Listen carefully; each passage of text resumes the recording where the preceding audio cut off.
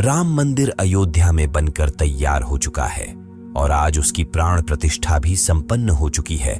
और अचानक से अयोध्या में राम जी के गर्भगृह में प्राण प्रतिष्ठा के दौरान प्रकट हो गए दिव्य शेषनाग, जिसे लोग साक्षात लक्ष्मण जी बता रहे हैं। प्राण प्रतिष्ठा के दौरान इतना बड़ा चमत्कार देखकर बड़े बड़े पंडित विशेषज्ञों के साथ साथ देश के प्रधानमंत्री जी के भी होश उड़ गए। लेकिन इस चमत्कार को काफी शुभ संकेत माना जा रहा है। इसके पीछे की सच्चाई जानकर आपके भी होश उड़ जाएंगे। अगर आप एक सच्चे सनातनी हैं तो इस वीडियो को लाइक करें, और आप भी राम मंदिर बनने से बेहद खुश हैं तो कमेंट बॉक्स में जय श्री राम जरूर लिखें और पूरी सच्चाई जानने के लिए वीडियो को अंत तक देखते रहिए। अयोध्या इतिहास रचने के बहुत करीब है। आखिरकार वो घड़ी आ ही गई जिस दिन का सभी सनातनी लोगों को बरसों से इंतजार था। अयोध्या में बन रहे भव्य राम मंदिर में अब प्रभु ने विराजमान होकर अपने भक्तों को दर्शन दे ही दिए। प्राण प्रतिष्ठा से पूर्व ही अस्थायी गर्भगृह में रामलला के दर्शन बंद कर दिए गए। अब 23 जनवरी से दोबारा दर्शन आरंभ होंगे, जब राम को नवनिर्मित राम मंदिर के गर्भगृह में स्थानांतरित किया जाएगा। इस आंदोलन की आंच में पूरा देश झुलसा था। सैकड़ों ने सीने पर गोलियां खाई तो हजारों ने अपना लहू पानी की तरह बहा दिया। बात हो रही है राम जन्मभूमि यानी अयोध्या की, जो 22 जनवरी को राम मंदिर की प्राण प्रतिष्ठा हुई है। उसमें पूरी दुनिया को भगवान राम के अस्तित्व से रूबरू कराया है। इस कार्यक्रम के लिए 7,000 से ज्यादा वीवीआईपी और वीआईपी को न्योता दिया गया है। लेकिन जब 22 जनवरी को विशेष ज्योतिषाचार्य की उपस्थिति में प्रधानमंत्री नरेंद्र मोदी द्वारा प्राण प्रतिष्ठा का कार्यक्रम किया जा रहा था, उसी दौरान जो बड़ा चमत्कार हुआ, सच्चाई सुनकर आपके भी रोंगटे खड़े हो जाएंगे। जितना राम मंदिर निर्माण की चर्चा हो रही है, उससे ज्यादा प्राण प्रतिष्ठा को लेकर भी हो रही है। जब नरेंद्र मोदी यजमान प्राण प्रतिष्ठा की तैयारी करने पहुंचे तो चारों भाइयों के साथ रामलला की छोटी प्रतिमा और 5 फुट की बालक स्वरूप रामलला की बड़ी प्रतिमा गर्भगृह में स्थापित की गई। सबसे पहले तो प्राण प्रतिष्ठा में जितने भी हमारे यहां देवता है, नवग्रह हैं और जितनी राशियां हैं, सभी को शांति करने के लिए पूजा अर्चना हुई। ये सब करने के बाद में मूर्ति के शुद्धिकरण किया और मंत्र जाप शुरू किया गया। ये मंत्र काफी वैदिक होते हैं। इन मंत्रों में ऐसी शक्ति होती है कि ये किसी भी मूर्ति के अंदर प्राण डाल सकते हैं। लेकिन जब प्राण प्रतिष्ठा का कार्यक्रम चल रहा था, इस दौरान वहां पर एक ऐसा चमत्कार हुआ जिसे देखकर सभी पंडितों के और वहां खड़े सभी लोगों के होश उड़ गए।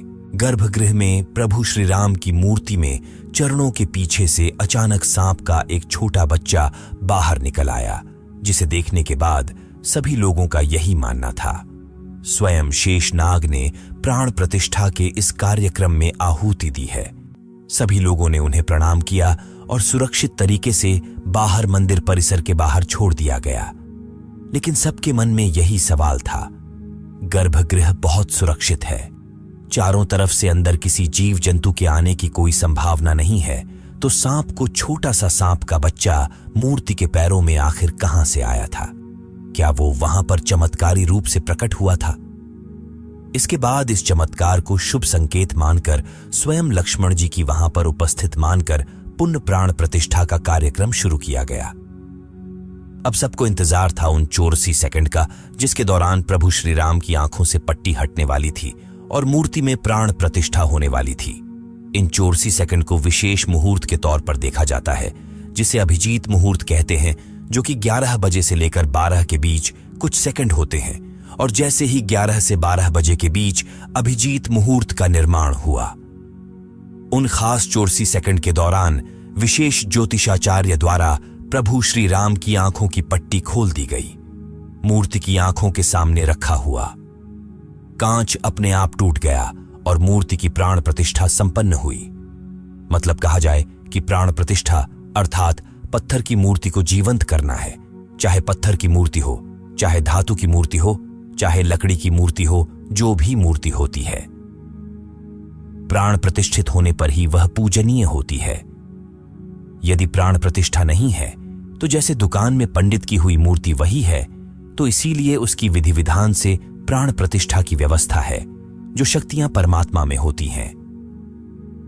उन मंत्रों के द्वारा उन सारी शक्तियों को उस प्रतिमा में स्थापित किया जाता है जिससे लोग दर्शन करने के बाद और लाभ उठाते हैं, और उन जिन जिन भावनाओं के साथ उनका दर्शन करते हैं उनका कल्याण होता है। अब सवाल उठता है कि अगर प्राण प्रतिष्ठा के दिन आम जनता राम मंदिर के दर्शन नहीं कर सकती है तो उनके लिए मंदिर के द्वार कब खुलेंगे? बता दें कि आम जनता के लिए राम मंदिर के द्वार 25 जनवरी से खुल जाएंगे। हालांकि मंदिर के दर्शन के लिए लोगों को पहचान संबंधित अपने दस्तावेज लेकर जाने होंगे।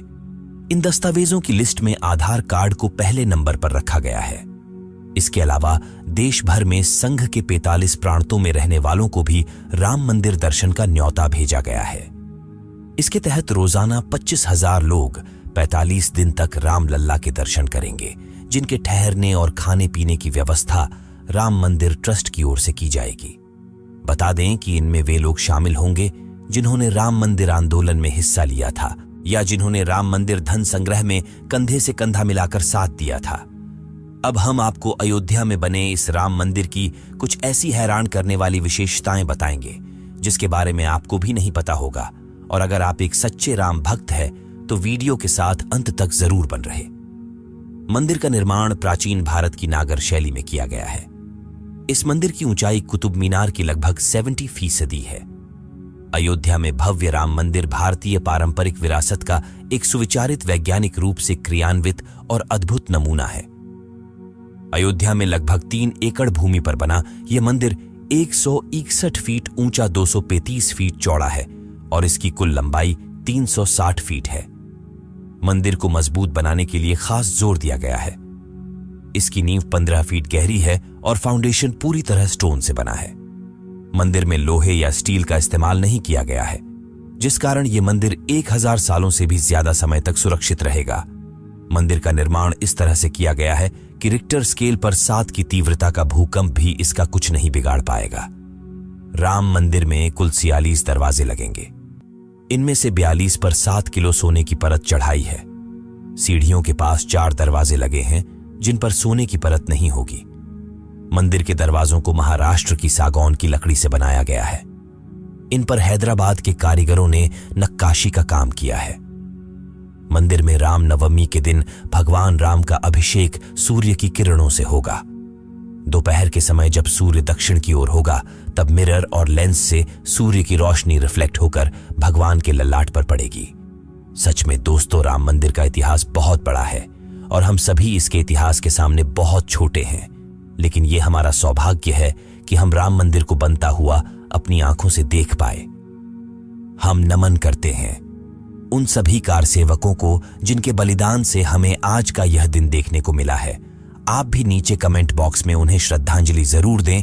और अगर आपको ये वीडियो पसंद आई है, अगर आप एक सच्चे राम भक्त हैं, तो वीडियो को लाइक करके कमेंट बॉक्स में जय श्री राम जरूर लिखें। रोजाना ऐसी ही सत्य चमत्कारी घटनाएं देखने के लिए हमारे चैनल को सब्सक्राइब करके बेल आइकन प्रेस कर लें। धन्यवाद।